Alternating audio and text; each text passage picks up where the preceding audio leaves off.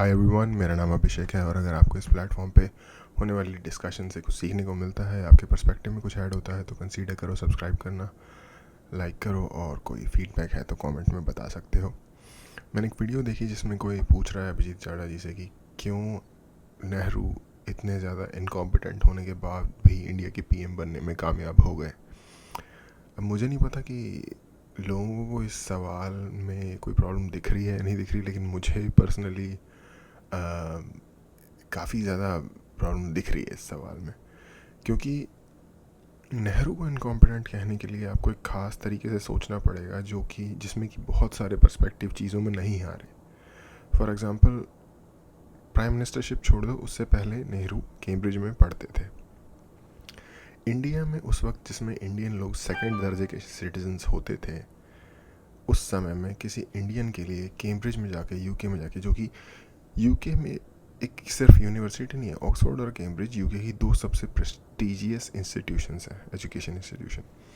एक subject country के एक इंसान का जो कि सेकंड दर्जे का नागरिक है, उनके खुद के देश में भी कुछ एबिलिटीज़ होंगी एकेडमिक, ज़रूरत होती होगी कुछ एकेडमिक एबिलिटीज़ की, जस्ट पैसे के अलावा, कि आप वहाँ जाके पढ़ सको। इन चीज़ों में रॉयल सोसाइटी और ये सारी चीज़ें होती हैं। कैम्ब्रिज ऑक्सफोर्ड दोनों में रॉयल सोसाइटी होती है जो स्कॉलर्स की एक एकेडमी है। उनके मेंबर्स वगैरह बनने के लिए बहुत सारी अचीवमेंट्स करनी पड़ती हैं। तो वो वहाँ तक पहुँच गए थे, वकील बने उसने पुराने समय में। तो कुछ तो एकेडमिक क्वालिटीज़ रही होंगी उनमें कि वो उस आप अगर आपको लगता है कि कुछ नहीं तो ट्राई करना, try to get into Cambridge और उस या फिर एटलीस्ट एक्सप्लोर करो कि कैम्ब्रिज में जाना कितना मुश्किल है, कितना आसान है। और जो इंसान कैम्ब्रिज में चला गया है, जो जा सकता है, उसकी कैपेबिलिटी एटलीस्ट एकेडमिक, क्योंकि उस वक्त तक सिर्फ एकेडमिक की बात हो रही है, क्या रही होगी। उसके अलावा एक इंसान जिसको कि इंडिया जैसा डाइवर्स लैंड मास, पहली बार सारा पैसा निकाल लेने के बाद, जूस पूरा निचोड़ लेने के बाद किसी को दिया गया और उस बंदे ने 17 साल तक उस कंट्री को रन किया। आईआईटी जैसे इंस्टीट्यूशंस जिसकी पूरी दुनिया में रेपुटेशन है, वो खड़े किए। आईआईटी नेहरू का आइडिया है, जिन लोगों को नहीं पता। मुश्किल दौर से इमेजिन करो आज के टाइम में इंडिया को चलाना कितना मुश्किल हो जाता है। हम न्यूज़ सुनते हैं, ये प्रॉब्लम वो प्रॉब्लम, हज़ारों तरह की प्रॉब्लम। अब इमेजिन करो संसाधनों का क्या लेवल था, कितने कम रहे होंगे संसाधन, फॉरेन एक्सचेंज, ये वो जो भी है, 1947 में जब इंडिया की कमांड मिली होगी नेहरू को। उस बंदे ने फॉर बेटर और वर्स किसी तरीके से भी 17 साल तक इस कंट्री को चलाया, सिंस 47 टू 62 या 63 जब भी उनकी डेथ हुई है।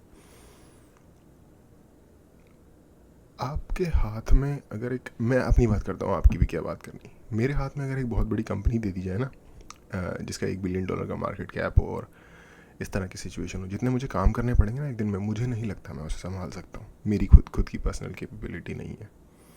ठीक है, दुनिया की दूसरी सबसे बड़ी पॉपुलेशन को, उसकी कंट्री को संभालना, इंसान के दिन में उसे कितने काम करने पड़ते होंगे, कि उसी छुट्टी उसे कभी मिलती होगी कि नहीं मिलती होगी, और 17 साल तक उस काम को करना। मैं ये नहीं कह रहा कि नेहरू को आपको एक बेस्ट नेता मानना चाहिए, मैं ये नहीं कह रहा। हर इंसान का अपना एक विज़न होता है और उसके उस खुद के पर्सनल विज़न के हिसाब से कुछ चीज़ें उसे नेचुरली पसंद होती हैं और कुछ चीज़ें उसे नेचुरली ही डिसलाइक होती है उन चीज़ों की तरफ। समझ रहे हो? डिपेंडिंग ऑन कि आपका पर्सनल ओरिएंटेशन, आपका ब्रेन किस तरह से वायर्ड है। एक लेफ्ट विंग माइंडसेट है आपका, लिबरल माइंडसेट है, या फिर आपका एक राइट विंग कॉन्शियस टाइप के इंसान हो आप। इस brain wiring, simple personal preference के बेस पे ही ये चीज़ डिसाइड हो जाएगी कि आपको किस तरीके के नेता या किस तरीके के ओपिनियन या किस तरीके की पॉलिटिकल पार्टीज़ आपको पसंद आने वाली हैं। सिर्फ इस बेस पे, इसमें आपकी भी पर्सनल कोई एफर्ट नहीं है, कोई पावर नहीं है, कोई करामात नहीं है। ठीक है, और ना गलती है आपकी भी पर्सनल, ना मेरी। ठीक है, तो ये चीज़ को फिर भी साइड पे रखते हुए हमें इतना एटलीस्ट समझ, पर्सपेक्टिव, इसी चीज़ के लिए पर्सपेक्टिव ज़रूरी है, ताकि अगर आपके पास पर्सपेक्टिव हो तो आप एटलीस्ट सोच सकते होगे कि यार मैं इस बंदे को जज कर रहा हूँ, let me see that what he was about, what he did, am I capable to do what he managed to do? तो जब इन डिफरेंट साइड से किसी चीज़ को देखने की कोशिश आप करेंगे तो आपको शायद एक बेटर, मोर इन्फॉर्म्ड पिक्चर मिलेगी सिचुएशन की, मुकाबले की आप एक सिंपल नैरेटिव लो और उस लाइन से सामने वाले बंदे को जज करो। सिंपल, मैं इतनी सी बात बता रहा हूँ। मैं नहीं कह रहा कि नेहरू कोई बहुत ज़बरदस्त, बहुत अच्छा इंसान था, बहुत बढ़िया था, सब कुछ उसने सही किया, नहीं, कोई भी नहीं होता ऐसा इंसान। बट हाइंडसाइट इज़ 20/20 जैसा कि कहते हैं अंग्रेज़ी में, और हम आज की सिचुएशन जो डराइव हुई है उसके हिसाब से जब हम नेहरू को जज करने चले जाते हैं एवरी टाइम, पुराने की होंगी गलतियाँ, क्योंकि किससे नहीं होती गलतियाँ। मुझे लगता है कि शायद मैं सही डिसीजन कम लेता हूँ और गलत डिसीजन ज़िंदगी में ज़्यादा लेता हूँ, चाहे वो खाना हो, चाहे वो सोना हो, चाहे वो पर्सनल डिसीजंस हो, चाहे वो लाइक पैसे कहाँ खर्च करने चाहिए, मनी रिलेटेड डिसीजन हो। हम हर वक्त ही उन चीज़ों में पैसे खर्च करते हैं जिनकी ज़रूरत नहीं होती। हम हर वक्त ही वो चीज़ें खाते हैं जो हमें पता है हमारी हेल्थ के लिए अच्छी नहीं है। हम हर वक्त ही अपने डेली रूटीन को मैसअप कर देते हैं कई बार उन चीज़ों के लिए जो कि हमें नेचुरली ही पता है कि हमारे लिए बेनिफिशियल नहीं है। तो जब हम अपने आप को अपने बेस पे चलाने में इतनी सारी गलती कर रहे हैं एवरी डे, और शायद मैं ही हूँ, हो सकता है इतना बेवकूफ़, लेकिन मुझे लगता है कि शायद अगर मैं गलत नहीं हूँ तो शायद बाकी लोग भी इसी तरीके से होंगे, या मैं कोई अनोखा नहीं हूँ इस चीज़ में। तो जब हम इतने ज़्यादा लाइक इनकॉम्पिटेंट एक पर्सनल लेवल पे है, तो और हमसे अगर इतनी ज़्यादा गलतियाँ होती हैं, तो एक बंदा जिसने अगेन बार बार रिपीट करने वाली बात है, इतनी बड़ी कंट्री को इतने लंबे समय तक चलाया, उस बंदे से गलतियाँ नहीं होंगी या ना एक्सपेक्ट करना। भाई वो भगवान, प्रॉब्लम पता है क्या है, मैंने शायद पहले ही बात की हुई है यहाँ पे, प्रॉब्लम एक्चुअली लोगों की भी नहीं है, प्रॉब्लम है हमारे एजुकेशन सिस्टम की और हमारी सोसाइटी की। हमारी सोसाइटी है हीरो वर्शिप सोसाइटी। मैंने बहुत पहले इस टॉपिक पे बात की थी, आई थिंक साल भर से भी ज़्यादा हो गया, 1.5 साल पहले शुरू में, कि हमारी सोसाइटी में या हमारी जैसी सोसाइटीज़ में हीरो वर्शिप की प्रॉब्लम है। हम किसी एक इंसान को किसी एक चीज़ में एक्सेल करते हुए देख लेते हैं तो हमें लगता है कि वो इंसान तो परफेक्ट ही होगा ज़िंदगी के हर क्षेत्र में। अब सचिन है तो सचिन गॉड है क्रिकेट, नहीं भाई, कोई गॉड वॉड नहीं है, वो अच्छा बैट्समैन था, सिंपल। कोई गॉड क्या होता है, गॉड है वो, गॉड रिटायर हो गया।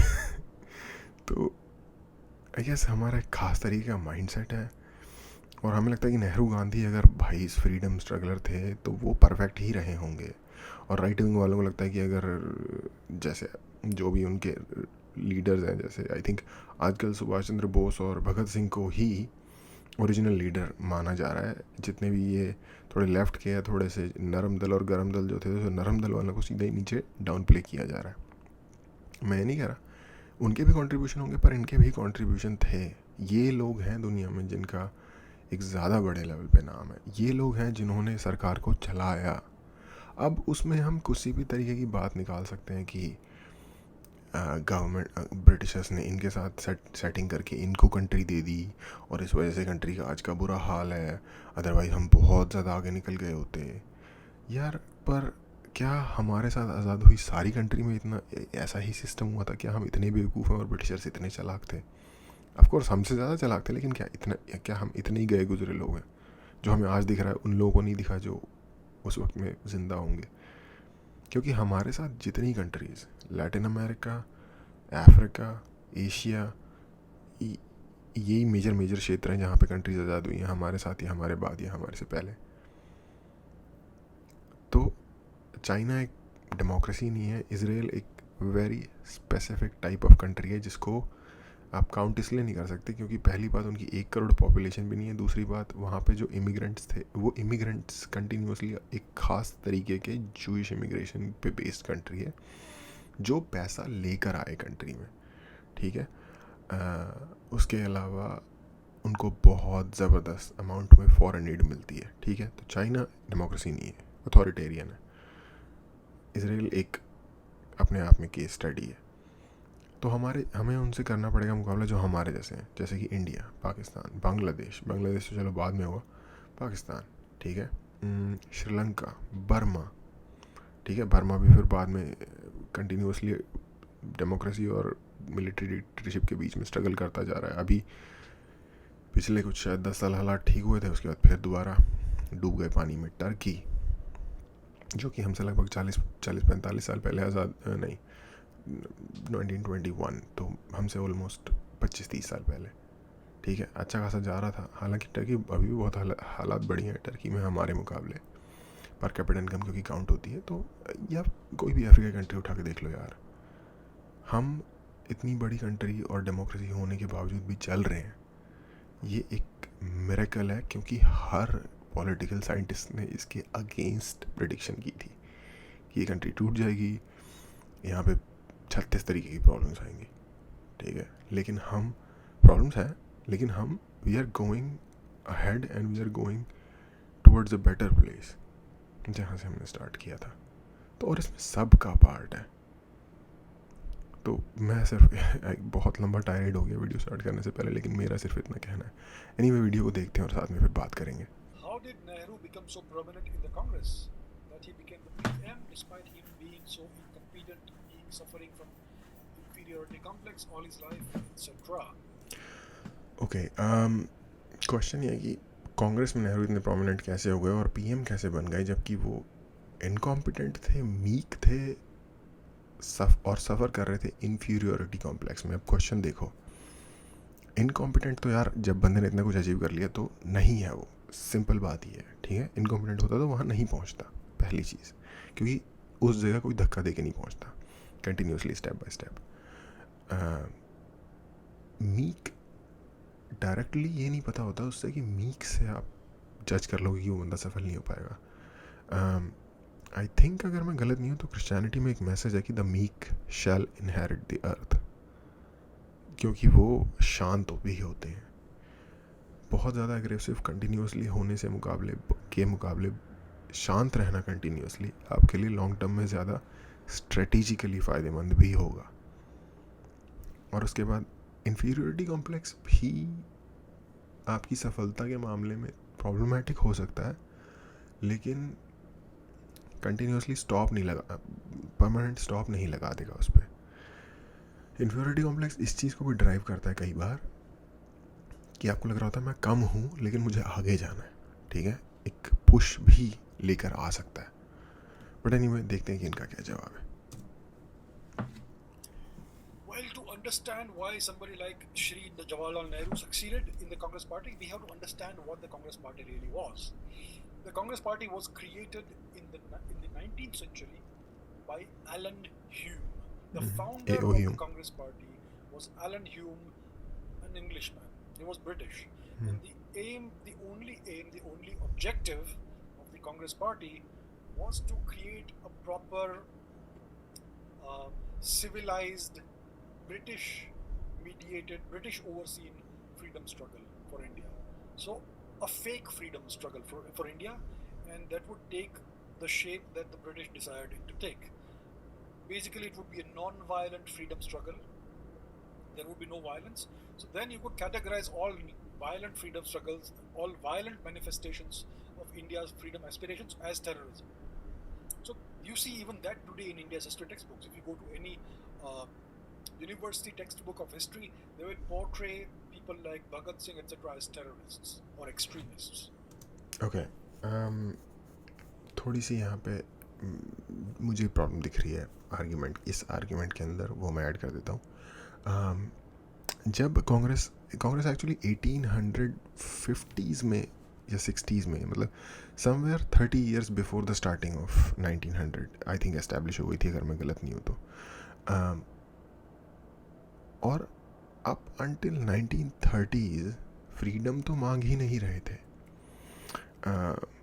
फर्स्ट वर्ल्ड वॉर 1919 या 1920 के आसपास ख़त्म होती है, और उसके बाद कहीं कहीं वर्ड जो यूज़ हुआ है स्वराज, मतलब हमें खुद को सेल्फ रूल,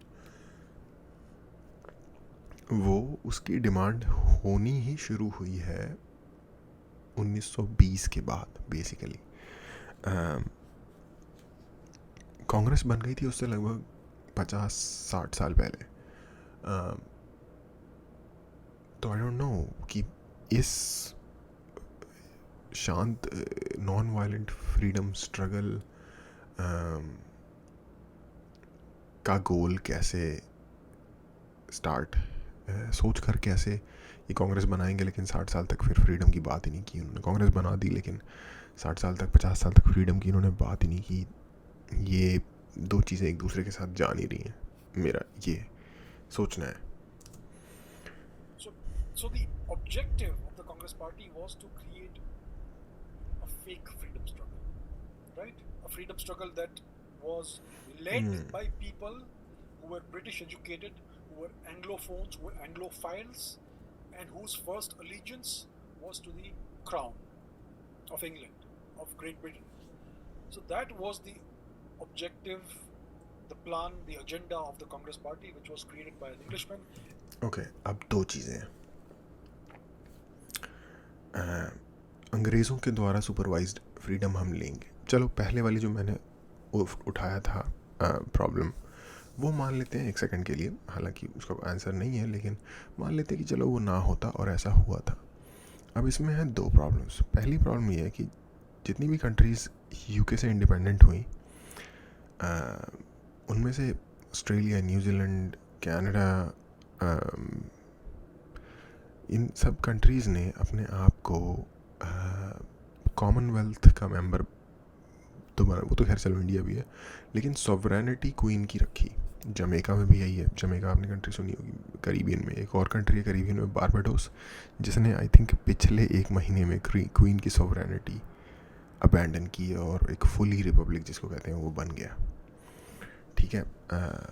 पाकिस्तान में इनफैक्ट गवर्नर जनरल की पोस्ट अबॉलिश नहीं हुई थी आज़ादी के बाद भी। फॉर एग्जांपल मोहम्मद अली जिन्ना जो थे वो उनके गवर्नर जनरल थे जब पाकिस्तान बन भी गया। कनाडा में $20 के नोट पे आपको क्वीन एलिजाबेथ II, जो कि प्रेजेंट क्वीन है इंग्लैंड की, उसकी फ़ोटो दिख जाएगी। ठीक है। इन सब कंट्रीज़ के, न्यूजीलैंड, न्यूजीलैंड, कनाडा, ऑस्ट्रेलिया, इन तीनों कंट्रीज़ की जो सॉवरन है, और इनके अलावा जमैका फॉर एग्जांपल, और मुझे और इससे ज़्यादा एग्जांपल याद नहीं है इस वक्त, बट ये 4 कंट्रीज़ मैं बता सकता हूँ आपको, इनकी सॉवरन क्वीन ऑफ इंग्लैंड या फिर एम्परर ऑफ इंग्लैंड या एम्प्रेस ऑफ इंग्लैंड होते हैं। और भी बहुत सारी कंट्री हैं इस तरीके की, ब्रिटिश वर्जिन आइलैंड्स वगैरह हैं। तो अगर इसी तरीके की सुपरवाइज्ड और उनके द्वारा कंट्रोल्ड फ्रॉम द बैक वाली इंडिपेंडेंस हमें चाहिए थी, तो क्यों इंडिया ने फिर आज़ाद होते के साथ ही अपने आप को कंप्लीटली सॉवरेन बनाया और क्वीन की सॉवरेनिटी नहीं चूज़ की? पहला क्वेश्चन। दूसरा क्वेश्चन, इंडिया आज़ाद होने के ऑलमोस्ट साथ के साथ ही शामिल हो गया था, कोल्ड वॉर चल रही थी उस वक्त, आप लोगों को पता होगा, सोवियत ब्लॉक में, जो कि इंग्लैंड के ऑपोजिशन में था। इंग्लैंड, यूएसए, ये सारे एक ब्लॉक थे, सोवियत ब्लॉक दूसरा ब्लॉक था जो कम्युनिस्ट वगैरह। इंडिया बेसिकली था तो नॉन अलाइंड, लेकिन kind of the de facto part था सोवियत ब्लॉक का, क्योंकि ऑफ कोर्स सोवियत यूनियन हमारी हेल्प करता था, हम उनकी हेल्प करते थे डिफरेंट चीज़ों में, कल्चरल एक्सचेंज वगैरह वो भी होता था साथ साथ। तो ऐसा कैसा कंट्रोल्ड, और ये नेहरू ने शुरू किया था बाय द वे, तो ऐसा कैसा कंट्रोल्ड आज़ादी उन्होंने हमें दी, क्योंकि हम उनके जो वो चीज़ें चाहते थे बाकियों से, हमने वो सारी चीज़ों के अगेंस्ट डिसीजन लिए। जस्ट मेरी ये क्वेश्चन, जब मैं कोई इन्फॉर्मेशन ले रहा हूँ तो मेरे दिमाग में ये क्वेश्चंस उठ रहे हैं। मैं ये नहीं कह रहा कि ये सही कह रहे हैं या ये गलत कह रहे हैं या मैं सही कह रहा हूँ, मैं सिर्फ जो क्वेश्चंस मेरे दिमाग में आते हैं, क्योंकि इन्फॉर्मेशन को क्रिटिकली सोचना चाहिए हमें, ये एक एजुकेशन का ही मकसद होता है। तो मैं बस ये क्वेश्चन आ रहे हैं और मैं इन्हें पुट कर रहा हूँ सामने। And if you see the history of the Congress Party, all of its major leaders were all educated in England. They all spoke English as their first language. They all loved England. They all owed their allegiance to the crown, and they espoused a very gentle, respectful, obedient freedom struggle. No violence, petitioning the government, writing letters, doing non-violence, hunger strikes, and things like that. Again इसमें भी मुझे problem है। इसलिए मुझे problem है क्योंकि देखो, एक वक्त होता है जब सिविलाइजेशंस ऊपर और नीचे जाती हैं, ठीक है। इस वक्त में हर कोई इंग्लैंड इसलिए पढ़ने जा रहा था जिसकी कैपेबिलिटी थी, जिसमें या तो टैलेंट था या जिसके पास पैसा इनफ था। वो इस वक्त में इंग्लैंड सिर्फ इसलिए पढ़ने जा रहा था क्योंकि उस वक्त इनकी चढ़ाई थी, ठीक है। एजुकेशन का सेंटर इंग्लैंड था इस टाइम पे, या यूरोप था इस टाइम पे। 800 साल पहले चले जाओ, हर कोई इराक पढ़ने जाता था। हर टैलेंटेड बंदा या स्कॉलरली बंदा दुनिया भर से उठ के इराक जाता था। क्यों? क्योंकि एबसिड कैलिफेट वालों की पूरी दुनिया में चढ़ाई थी और वो लोग सबसे ज़्यादा पैसा देते थे। एक बुक ट्रांसलेट करो तो बुक के हिसाब से तोल के सोना दे देते थे आपको। उससे पहले कभी जब इंडिया में स्वर्णिम दौर रहा था, इंडिया में हम विजयनगर एम्पायर के बारे में सुनते हैं, दूसरे एम्पायर्स के, चंद्रगुप्त मौर्य एम्पायर, अशोका एम्पायर के बारे में सुनते हैं। उस वक्त लोग इंडिया आ रहे थे, तक्षशिला जाते थे, नालंदा जाते थे। ये एक ऐसी चीज़ होती है कि आज के टाइम पे सब कोई, हर कोई पढ़ने के लिए अमेरिका जाने के लिए क्यों भाग रहा है? रिसर्च के लिए हर कोई अमेरिका क्यों जाना चाहता है या जर्मनी क्यों जाना चाहता है? सिविलाइजेशंस का एब एंड फ्लो आता है, उनकी चढ़ाई होती है। तो जिस बंदे की चढ़ाई होती है बेसिकली उगते सूरज को हर कोई सलाम करता है। सिंपल, ये एक सिंपल एक्सप्लेनेशन है। और दूसरे जो उन्होंने बात की कि बहुत ही डोसाइल तरीके से विरोध कर रहे थे चीज़ों का, आज की दुनिया में भी गवर्नमेंट यही एक्सपेक्ट करती है कि विरोध करना भी है तो पीसफुल करो। वायलेंट विरोध को आज की दुनिया में भी टेररिज्म ही माना जाता है, चाहे वो उसी कंट्री के लोग ही क्यों ना कर रहे हो। आज के टाइम पे भी फॉर एग्जांपल किसान आंदोलन हुआ, उसमें जब हिंसक इंसिडेंट्स हुए, किसान इंडियन ही थे, इंडियन ही है ना वो किसान जो किसान आंदोलन कर रहे हैं दिल्ली में, जब वो हिंसक होने लग गए उसको उनके खुद के ही लीडर्स ने गलत कहा। और उनका भी यही गोल था कि शांति से करना है, शांति से प्रदर्शन करना है, तो वो भी तो कर रहे थे ना गवर्नमेंट के अगेंस्ट। तो ये अपने आप में एक नेगेटिव चीज़ नहीं है कि विरोध किसी बात का शांति से हो रहा है या अशांति से हो रहा है, ठीक है। और हाँ, for example quit India movement, जो कि आई डोंट नो सफल हुआ या नहीं हुआ, या एक और था कि जब उनकी बात खिलाफत आंदोलन की, उनकी बात नहीं माननी। हालांकि खिलाफत एक रिलीजियस कॉनोटेशन भी उसके साथ जुड़ता है, लेकिन उसके साथ ये भी है कि हमें अंग्रेज़ों की बात नहीं माननी। तो ऐसी बात नहीं है कि हर बात पे एग्री कर जाते थे, करते थे, पेटिशन डालते थे। और अगर आप लड़ाई नहीं करोगे तो दूसरा तरीका यही होता है विरोध करने का या अपनी बात मनवाने का। And therefore, leaders, and when somebody like Subhash Chandra Bose ascended to the leadership of the Congress Party, it was an accident. And he was very quickly overthrown in a coup by Mohandas Gandhi. Gandhi engineered a political coup within the Congress Party, which led to the expulsion of Subhash Chandra Bose out of the party. Right? So the objective of the Congress Party was to shepherd India's freedom struggle in a way that suited the British, so that the British could continue on in India as long as they wanted to, and then they could have a proper exit strategy from India, which was the partition and destruction of India. So that was the only agenda and objective of the Indian National Congress, and the exit plan was to partition India and install a puppet. Okay, यहाँ दो चीज़ें हैं। पहली चीज़ उन्होंने कहा कि जो उन्होंने, क्योंकि उस पर मुझे नॉलेज नहीं है इसलिए मैं कमेंट नहीं करूँगा, वो ये है कि गांधी जी ने कैसे इंजीनियर किया कू कांग्रेस के अंदर ताकि बोस जी को ओवरथ्रो किया जा सके। मुझे इस बारे में कोई इन्फॉर्मेशन नहीं है, बैकग्राउंड नहीं पता, इसलिए मैं कमेंट नहीं कर सकता कि क्या हुआ था या उसके क्या रीजंस रहे होंगे। तो इसलिए I won't comment on that, but काफ़ी टॉल क्लेम है ये अपने आप में कि गांधी जी इस तरह का कुछ करेंगे। बट एनीवे, सिंस आपको इन्फॉर्मेशन नहीं है उस पर चुप रहना चाहिए। दूसरी बात इन्होंने कही कि अंग्रेज़ों ने ये, देखो जिस तरीके से ये इन्फॉर्मेशन बता रहे कि अंग्रेज़ों ने पहले से ही प्लान किया हुआ था ताकि एंड में वो डिवाइड कर देंगे और डिस्ट्रक्ट कर देंगे। एक्चुअली में इंडिया जब आज़ाद हुआ है 47 में, almost close to destruction Britain खुद भी था। सेकेंड वर्ल्ड वॉर हुई थी, जर्मनी ने ईंट से ईंट बजाना जिसको कहते हैं ना, लिटरली ईंट से ईंट बजा दी थी ब्रिटेन की। फ्रांस पे कंप्लीटली कब्जा कर लिया था। फ्रांस से लिटरली कॉम्ब आउट करके ऑपरेशन करके हटाया है ब्रिटिशर अमेरिकन्स ने जर्मन्स को। जर्मनी को जर्मनी ने जब बॉम्बिंग शुरू की ना, अंडरग्राउंड उन लोगों ने 1850 से ही बनाने शुरू कर दिए थे अंडरग्राउंड रेलवे। अंडरग्राउंड स्टेशन पे जनता, अंडरग्राउंड रेल के जो स्टेशन होते हैं उनके नीचे एज ए बंकर शरण लेके रहते थे वो लोग, ठीक है। हर तरीके से, जिसको कहते हैं ना कि बर्बाद करके उन्होंने इंग्लैंड को। इंडिया से ज़्यादा बुरी हालत इंग्लैंड की थी 1947 में जब इंडिया आज़ाद हुआ है। वो तो अमेरिका को, इन लोगों को दुआएं देनी चाहिए कि उन लोगों ने मार्शल प्लान वगैरह स्टार्ट कर दिया, जिससे पूरा का पूरा यूरोप और इंग्लैंड पूरा रीबिल्ड करके दिया है अमेरिका ने इन लोगों को। अदरवाइज तो क्या उन्होंने अपनी बर्बादी की भी प्लानिंग की हुई थी। तो इतनी दूर की 101 साल की प्लानिंग इतने बड़े ग्लोबल स्केल पे करना इतना ईजी नहीं होता। मेरे पास अगर मान लो एक गाय है, जैसे कैश काउ जिसको कहते हैं, जो कि इंडिया था ब्रिटेन के लिए, तो मैं ये थोड़ी सोचूंगा कि मैं इसका सारा दूध निकाल लूँ और एंड में इसको चक्कू मार के जान से मार दूँ। मैं सोचूंगा मैं इसको खिलाऊं पिलाऊं और कंटिन्यूसली लंबे समय तक इससे दूध निकालूं। अगर ब्रिटिश इतने ही समझदार थे तो उनके अंदर ये विजडम भी होना चाहिए। तो ये चीज़ अब आपको लग रहा है कि हाँ इस तरीके से हुआ होगा, लेकिन रियल टाइम में जब चीज़ें हो रही होती है ना, तो इतनी ईजीली प्रेडिक्ट और प्लान नहीं होती इतने बड़े लेवल के events. Prime Minister or a Prime Minister of their choice in India. So essentially, it was a transfer of power from foreign crooks to Indian crooks. And they wanted somebody who was very much indebted to them.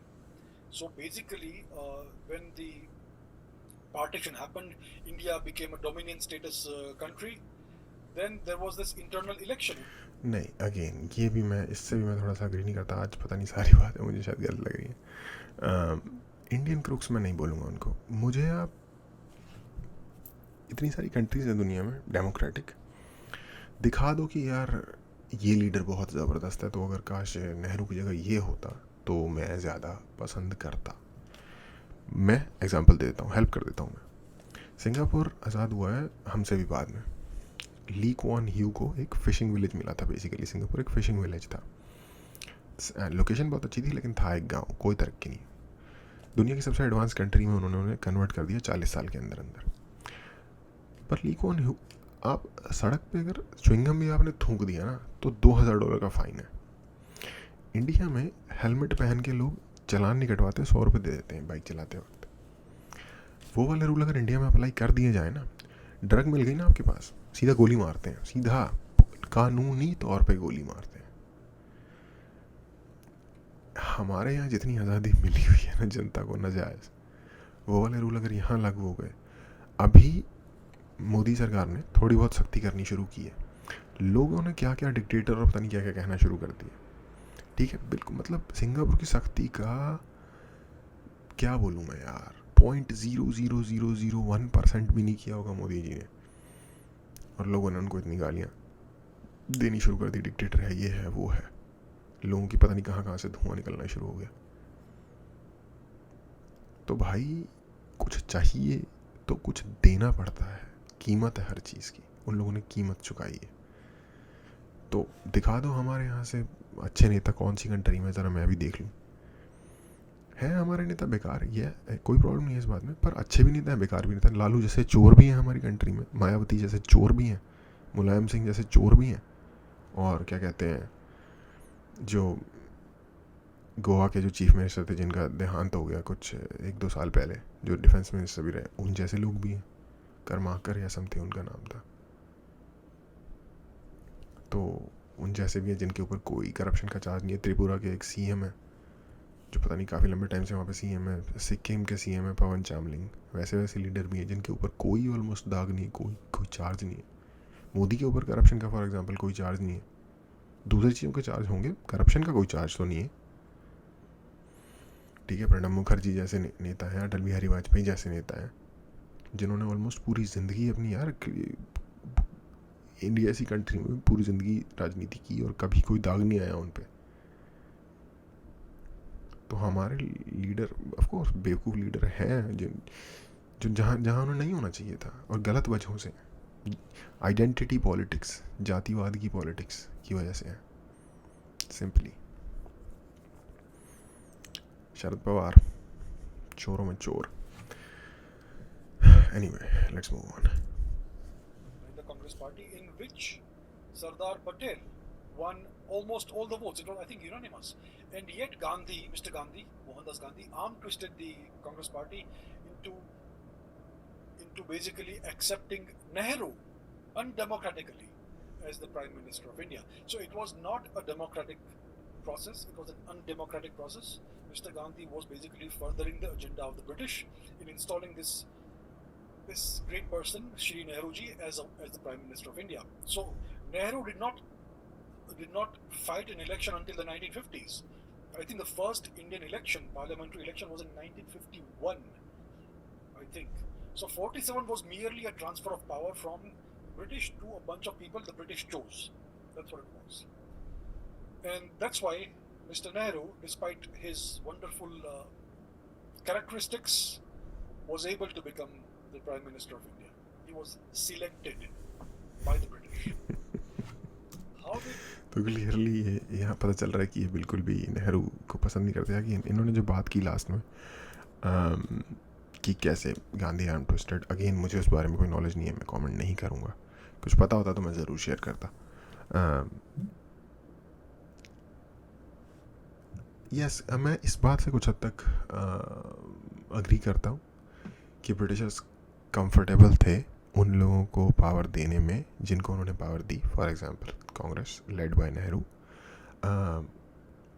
But ऐसा नहीं है कि सरदार पटेल का कोई role नहीं रहा आज़ादी में। आई थिंक मुझे लगता है कि आज़ादी का जो प्रोसेस पूरा हुआ है 47 से लेकर 48 49 50 तक, उसमें सरदार पटेल और दूसरा बाबा साहेब अम्बेडकर, इन दो लोगों का ज़्यादा रोल रहा है मुकाबले नेहरू के डिसीजन मेकिंग में। क्योंकि संविधान की प्रस्तावना जिसे कहते हैं, सारा सब कुछ बाबा साहब अम्बेडकर जी ने लिखा, और इंडिया का स्ट्रक्चर कैसा होगा, कौन कौन से पार्ट्स इंडिया से जुड़ेंगे, वो कैसे जुड़ेंगे, ये सारी चीज़ों को मनूवर किया सरदार पटेल ने। तो ऐसी बात नहीं है कि जो लोग फॉर जो डेफिनेशन इन्होंने बताई उसके हिसाब से जो लोग ज़्यादा काबिल थे उनके पास रेंज ऑफ पावर नहीं थे, वो बिल्कुल ही पावरलेस थे, ऐसा नहीं है। उन लोगों ने किया जो वो कर सकते थे और जितना भी उनको करना चाहिए था। तो अगेन एक खुशी अंग्रेज़ों ने दे दिया। पाकिस्तान का जो डिवीज़न का जो एक एक्ट हुआ वो सेपरेट अगर रख के देखा जाए तो कोई बुरी बात नहीं है। अच्छी बात है कि बहुत लोग पार्टीशन में लोग मरे, लेकिन अच्छी बात नहीं है कि ट्रांसफ़र ऑफ पावर में कोई और देश होता, रशिया टाइप का देश होता जहाँ बोल्शेविक रेवोल्यूशन हुआ है, तो 4-5 करोड़ लोग तो ट्रांसफ़र ऑफ पावर में मर जाते यार। इतना बड़ा पार्टीशन, इतनी बड़ी त्रासदी हुई, फिर भी लोग कहते हैं कि मिलियन पीपल ईच साइड या फिर million people in total, 2 million लगा लो, चलो मर गए या भगवान को प्यारे हो गए, लेकिन एटलीस्ट 5 करोड़ लोग तो नहीं मरे। क्योंकि देखो कि दूसरी जगह में जब सिमिलर सिचुएशन में क्या हाल आता है, तब आपको एग्जैक्ट पर्सपेक्टिव मिलेगा, चीज़ को सही से आप तब देख पाओगे। तो ये मेरा बहुत ही छोटा सा बेसिक लेवल की अंडरस्टैंडिंग है, जो जब मैं चीज़ों को देखने की कोशिश करता हूँ डिफरेंट साइड से तो मुझे समझ आती है, और हो सकता है मैं गलत हूँ। इस बात की संभावना इंसान को हमेशा अपने दिमाग में रखनी चाहिए, बट अभी फ़िलहाल मेरी सोच इस जगह पे है, जितनी मेरी थॉट की कैपेबिलिटी है उस हिसाब से। तो एनीवे, बहुत ज़्यादा लंबा वीडियो हो गया जो मैंने नहीं सोचा था आज का। होपफुली कुछ काम की बात हुई होगी। देखने के लिए थैंक यू।